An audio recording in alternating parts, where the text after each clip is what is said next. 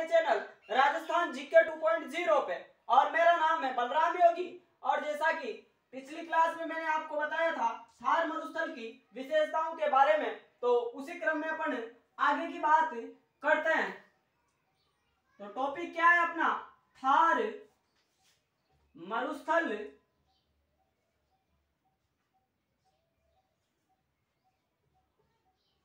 थार मरुस्थल की विशेषताएं।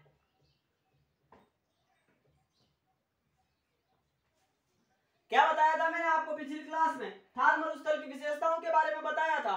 और अंतिम बात की थी अपन ने आज से लगभग 500 साल पहले इस थार मरुस्थल में सरस्वती नदी बहती थी, जिसकी खोज 1896 में सीएल ओल्थम के द्वारा की गई थी।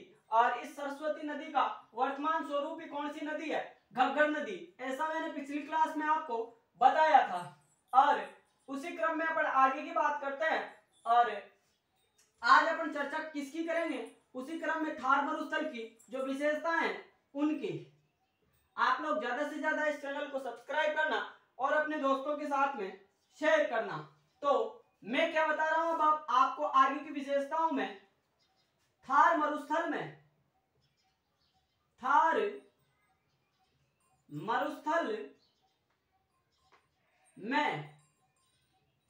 न्यून दाब, कहने का मतलब निम्न दबाव कह सकते हैं अपन। न्यून दाब को अपन क्या कह सकते हैं? निम्न दबाव। क्या बोल सकता हूं मैं? निम्न दबाव। मैंने आपको बताया थार मरुस्थल में न्यून दाब का केंद्र विकसित होता है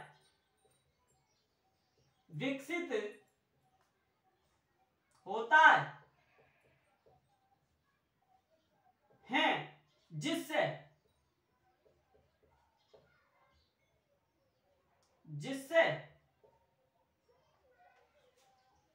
वर्षा। मैंने आपको बताया थार मरुस्थल में न्यून दाब का केंद्र विकसित होता है जिससे वर्षा होती है।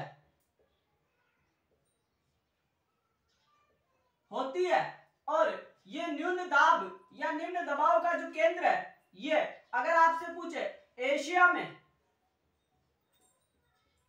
में कहां पे विकसित होता है, तो आप बताओगे तिब्बत प्लेटो।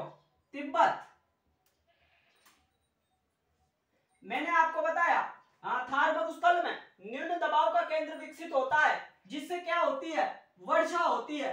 और ये न्यून दबाव या निम्न दबाव का केंद्र एशिया में कहां पे विकसित होता है, तो आप बताओगे तिब्बत प्लेटो में। उसके अलावा अगर भारत की बात करें अपन, भारत में कहां पे विकसित होता है, तो आप बताओगे थार मरुस्थल में। थार मरुस्थल में।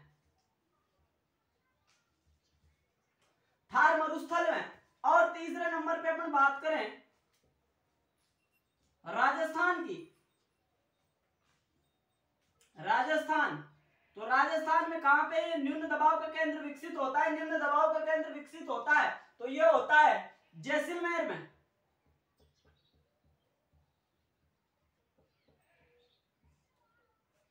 क्या बताया मैंने आपको? थार मरुस्थल में न्यून दबाव या निम्न दबाव का केंद्र विकसित होता है जिससे वर्षा होती है। एशिया में अगर आपसे पूछे तो आप बताओगे तिब्बत प्लेटो, भारत में आप बताओगे थार मरुस्थल, और राजस्थान में बताओगे आप जैसलमेर में ये निम्न दबाव का केंद्र विकसित होता है। इसके अलावा अगर अपन बात करें आगे की, तो मरुस्थलों से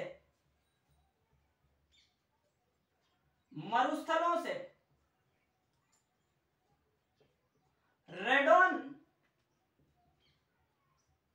गैस निकलती है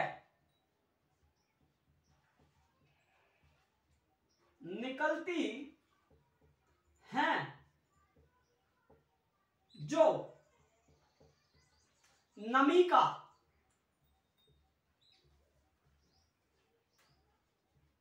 अवशोषण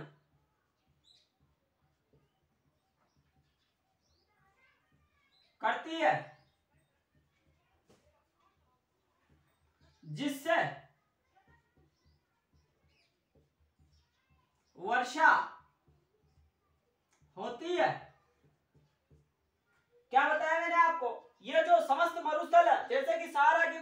थार की बात करें, जितने भी मरुस्थल है, इन मरुस्थलों से क्या होता है, रेडोन गैस निकलती है, जो क्या करती है, नमी का अवशोषण करती है, जिससे वर्षा होती है। तो मैंने आपको दो विशेषताओं के बारे में बताया। थार मरुस्थल में न्यून दबाव का केंद्र विकसित होता है, जिससे वर्षा होती है। एशिया में कहां पे विकसित होता है, तिब्बत प्लेटों में। भारत में थार मरुस्थल में और राजस्थान में जैसलमेर में निम्न दबाव का केंद्र विकसित होता है। फिर मैंने बताया मरुस्थलों से रेडोन गैस निकलती है, जो नमी का, कहने का मतलब जलवाष्प या नमी अपन कह सकते हैं, नमी का अवशोषण करती है, जिससे वर्षा होती है। तो अभी तक मैंने आपको थार मरुस्थल की ये आज की क्लास में दो विशेषताएं बताई है। इसके पश्चात अपन आगे की बात करते हैं।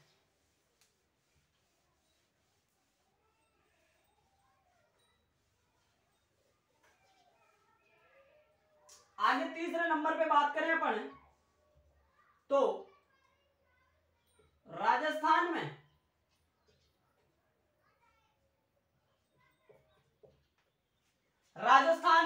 बात करें अपन मीठे पानी का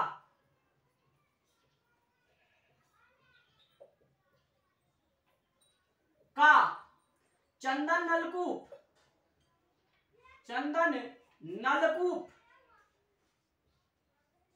राजस्थान में मीठे पानी का चंदन नलकूप जैसलमेर,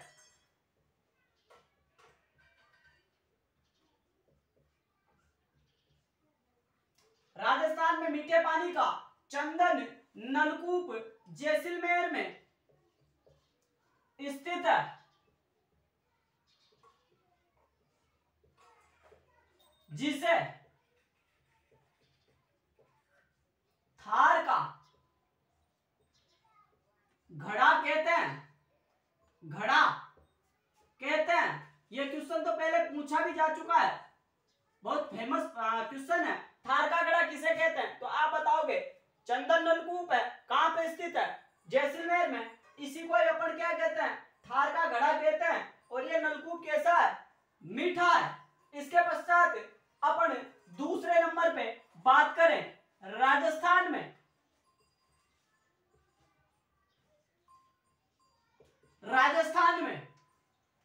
थार मरुस्थल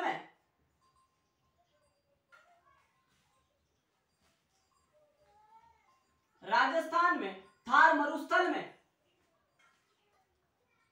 बाटाडू का कुआं, क्या बताया मैंने आपको, बाटाडू का कुआं, और पड़ता कहां पे, बाड़मेर में। क्या बताया मैंने आपको, राजस्थान में थार मरुस्थल में बाटाडू का कुआं बाड़मेर में स्थित है, जिसे रेगिस्तान का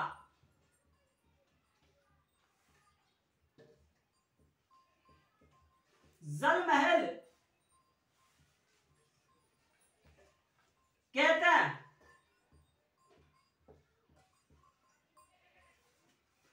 क्या बताया मैंने आपको, राजस्थान में मीठे पानी का कौन सा नलकूप है, तो आप बताओगे चंदन नलकूप। कहां पे स्थित है, जैसलमेर में, और इसको बोलते हैं अपन थार का घड़ा। उसके अलावा मैंने आपको बताया राजस्थान में थार मरुस्थल में बाटाडू का कुआं, ये कहां पे स्थित है, बाड़मेर में स्थित है, जिसे रेगिस्तान का जल महल भी कहा जाता है। इसके पश्चात अपन आगे की बात करते हैं। आप इसको नोट आउट भी कर सकते हो। थार का घड़ा किसे कहते हैं, चंदन नलकूप को, और रेगिस्तान का जल महल किसे कहते हैं, बाटाडू का कुआं बाड़मेर को। इसके पश्चात अपन आगे की बात करते हैं। मैं अभी आपको थार मरुस्थल की विशेषताओं के बारे में बता रहा हूं, और अपन बात करें थार मरुस्थल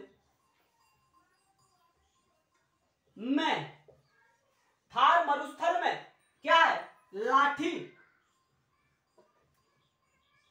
सीरीज श्रृंखला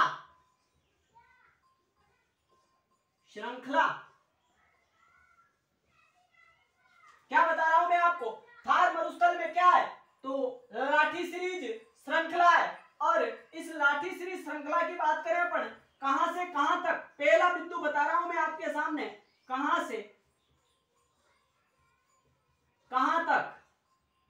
फैली हुई है, तो आप क्या बताओगे? जैसलमेर के पोखरण से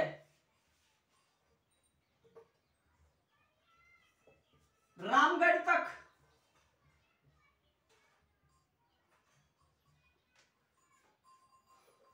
मैंने आपको बताया थार मरुस्थल में ये जो लाठीश्री श्रृंखला है क्या है, तो पहले बताया आपको कहां से कहां तक फैली हुई है, तो आप बताओगे जैसलमेर के पोखरण से रामगढ़ तक। और बात करें दूसरे नंबर पे कितनी लंबी है,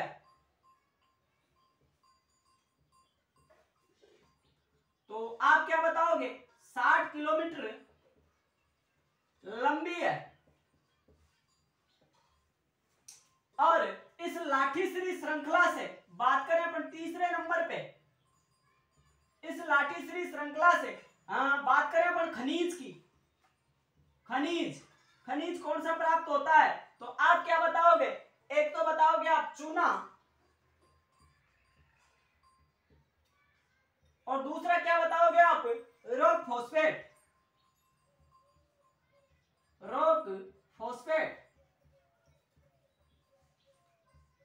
क्या बताया मैंने आपको? इससे खनिज कौन सा प्राप्त होता है? एक तो चूना प्राप्त होता है, दूसरा रॉक फॉस्फेट प्राप्त होता है। किससे? लाठीश्री श्रृंखला से, जो कहां पे स्थित है?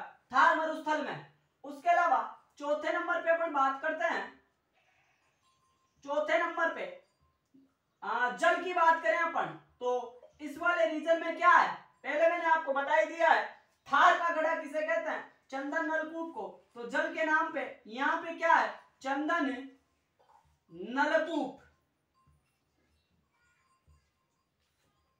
चंदन नलकूप। और यह बात आप याद रखना, लाठी सीरीज जो श्रृंखला है इसमें घास कौन सी है? घास कौन सी है? तो आप क्या बताओगे?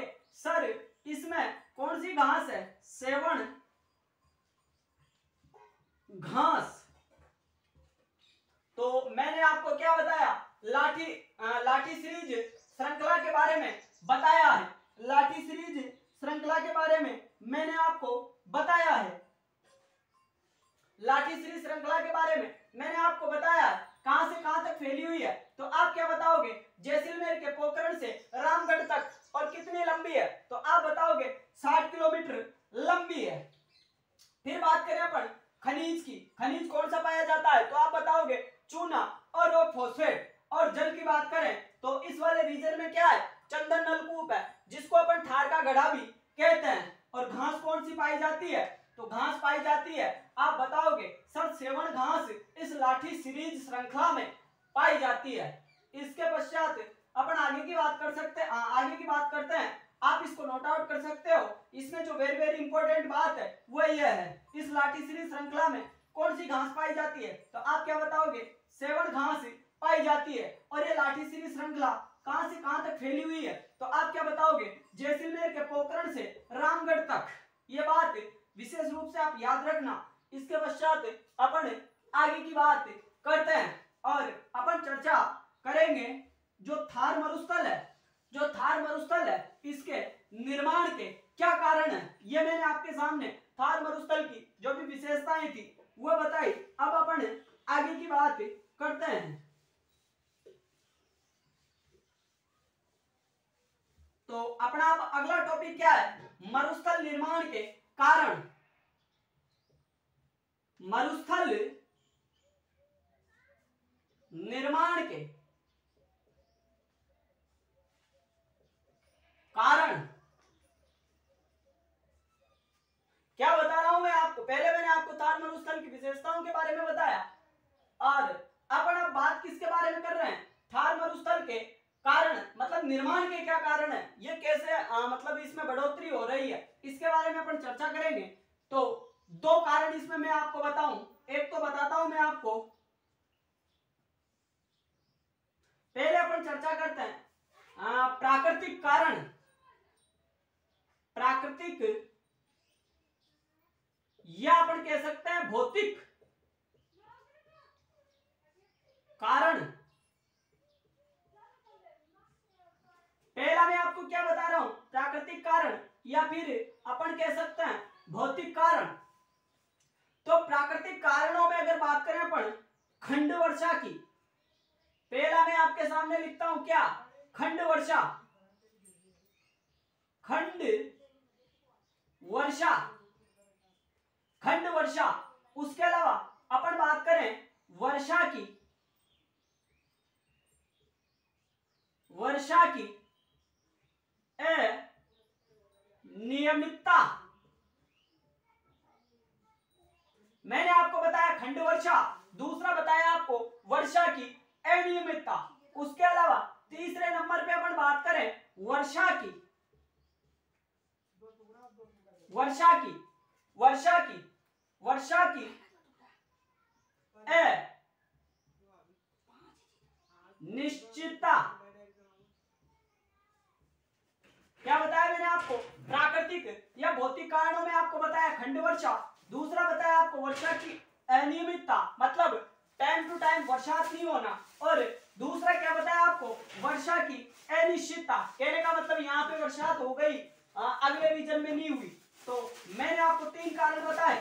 प्राकृतिक कारणों में बताया आपको खंड वर्षा, किसी स्थान पे वर्षा होना और किसी स्थान पे वर्षा नहीं होना, किसके अंतर्गत आएगा, खंड वर्षा के अंतर्गत। दूसरे नंबर पे बात करें अपन वर्षा की अनियमितता की। उसके अलावा तीसरे नंबर पे बताया मैंने आपको वर्षा की अनिश्चितता की, क्योंकि कभी मानसून जल्दी आता है और कभी मानसून लेट से आता है। तो ये कौन से कारण है, भौतिक या फिर प्राकृतिक कारण। दूसरे नंबर पे अपन बात करें मानवीय कारणों की, मानवीय कारण, मानवीय कारण ये बताया मैंने आपको प्राकृतिक कारण। अब अपन बात करते हैं मानवीय कारणों की, जिसके कारण इस मरुस्थल का प्रसार हो रहा है। तो पहला जो कारण है आप बताओगे अत्यधिक, अत्यधिक पशुचारण, अत्यधिक पशुचारण। दूसरा आप क्या बताओगे, दूसरा आप बताओगे अत्यधिक जनसंख्या, संख्या वृद्धि, अत्यधिक जनसंख्या वृद्धि। और तीसरे नंबर पे अपन बात करें अत्यधिक वृक्षों की कटाई। मैंने अभी तक आपको बताया अत्यधिक पशुचारण, अत्यधिक जनसंख्या वृद्धि, अत्यधिक वृक्षों की कटाई। इसके अलावा बात करें अपन औद्योगिकरण की, औद्योगिकरण कहने का मतलब औद्योगिक इकाइयों का मतलब कारखानों का, कारखानों की स्थापना भी यह क्या नाम है, मरुस्थल निर्माण के कारण है। उसके अलावा अपन बात करें शहरीकरण की, कहने का मतलब जंगलों को काट के वहां पे नए नए नगरों को बसाया जा रहा है। तो यह भी इस मरुस्थल निर्माण का एक कारण है। उसके अलावा बात करें अपन ये जो औद्योगिक इकाइयां हैं इनसे क्या होता है, प्रदूषण। यह प्रदूषण भी किसका कारण है, थार मरुस्थल के विस्तार का। तो मैंने आपको मरुस्थल निर्माण के कारण बताए। भौतिक या प्राकृतिक कारणों में आपको खंड वर्षा, वर्षा की अनियमितता और वर्षा की अनिश्चितता, ये 3 कारण बताए। और मानवीय कारणों में तो आप बहुत बता सकते हो, क्या अत्यधिक पशुचारण, अत्यधिक जनसंख्या वृद्धि, अत्यधिक वृक्षों की कटाई, औद्योगिकरण, शहरीकरण, उसके अलावा प्रदूषण। तो ये मरुस्थल निर्माण के प्राकृतिक और मानवीय दोनों कारण मैंने आपको बताए। इसके पश्चात अपन बात करेंगे थार मरुस्थल में, मरुस्थल में एक आकृति देखी होगी आपने, कौन सी, ये वाली आकृति, ये लहरदार आकृति, ये वाली आकृति। तो ये कौन सी आकृति है, लहरदार आकृति।